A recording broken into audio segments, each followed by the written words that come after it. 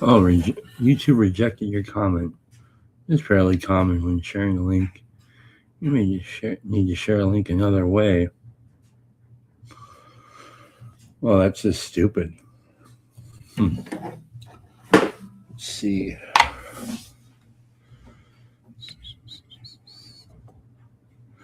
Maybe copy and then do this.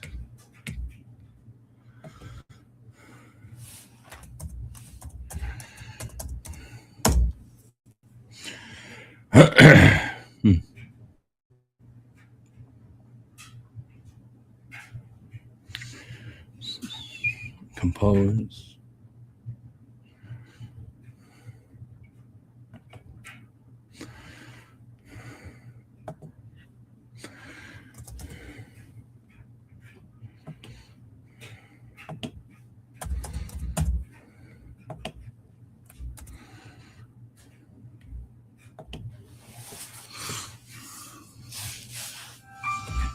There's the email.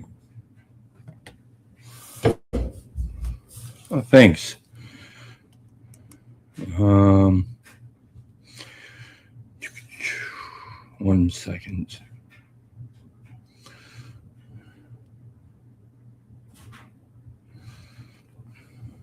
Copy. Let's see.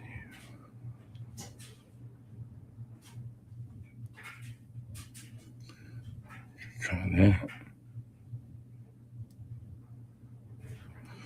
Oh. Try that.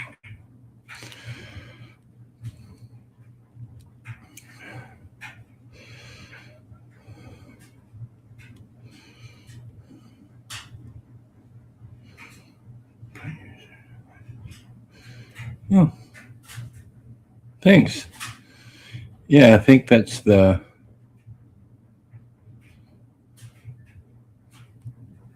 Did it reject the thing again?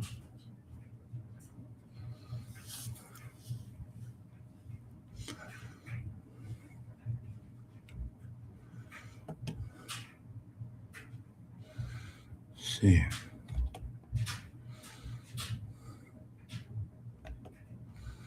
I don't know if it's. Did the comment work or not? Let's see.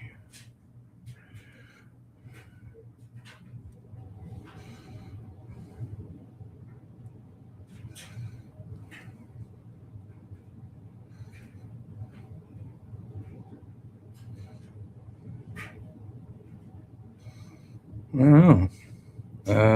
Another way I can do it. Let's do this. Edit. And go to public visibility. What else? More visibility, title, comments, location, description.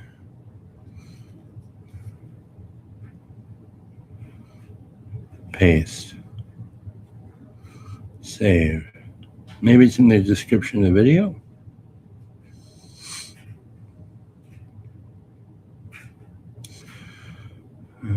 No, let's do that. Let's do that. StreamYard. I'm curious now.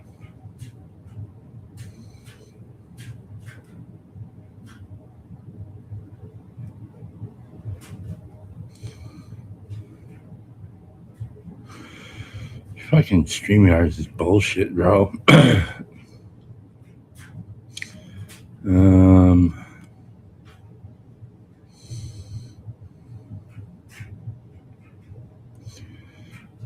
Edit.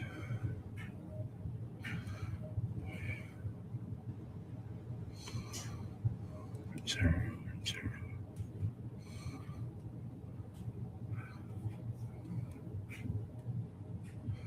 Paste. Save. All right, so I think somebody's going to have to see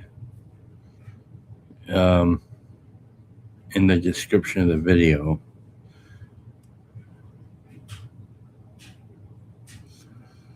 Oh yeah, it's in the description. I just don't know if it'll work.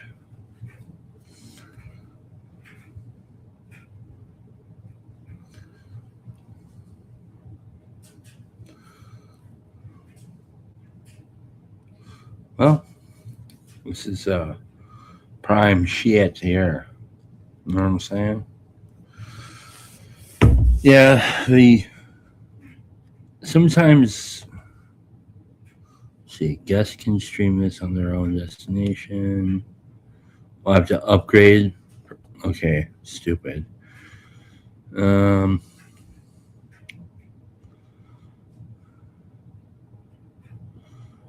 okay. Copy.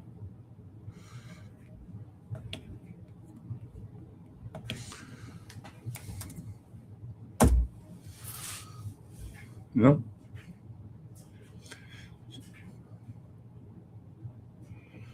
Well,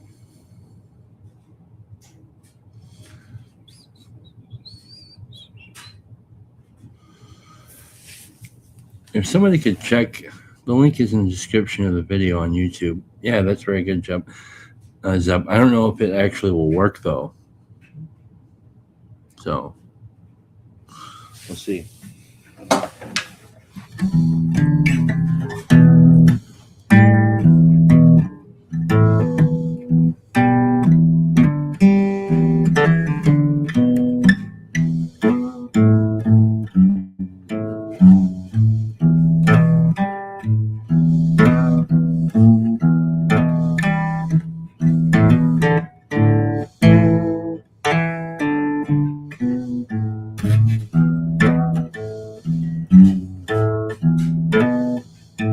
Yeah, I don't know. Don't know what to tell you guys.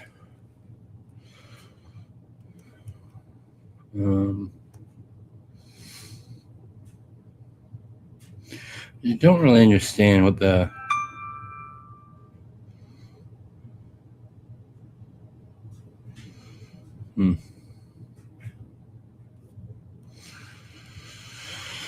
I don't know.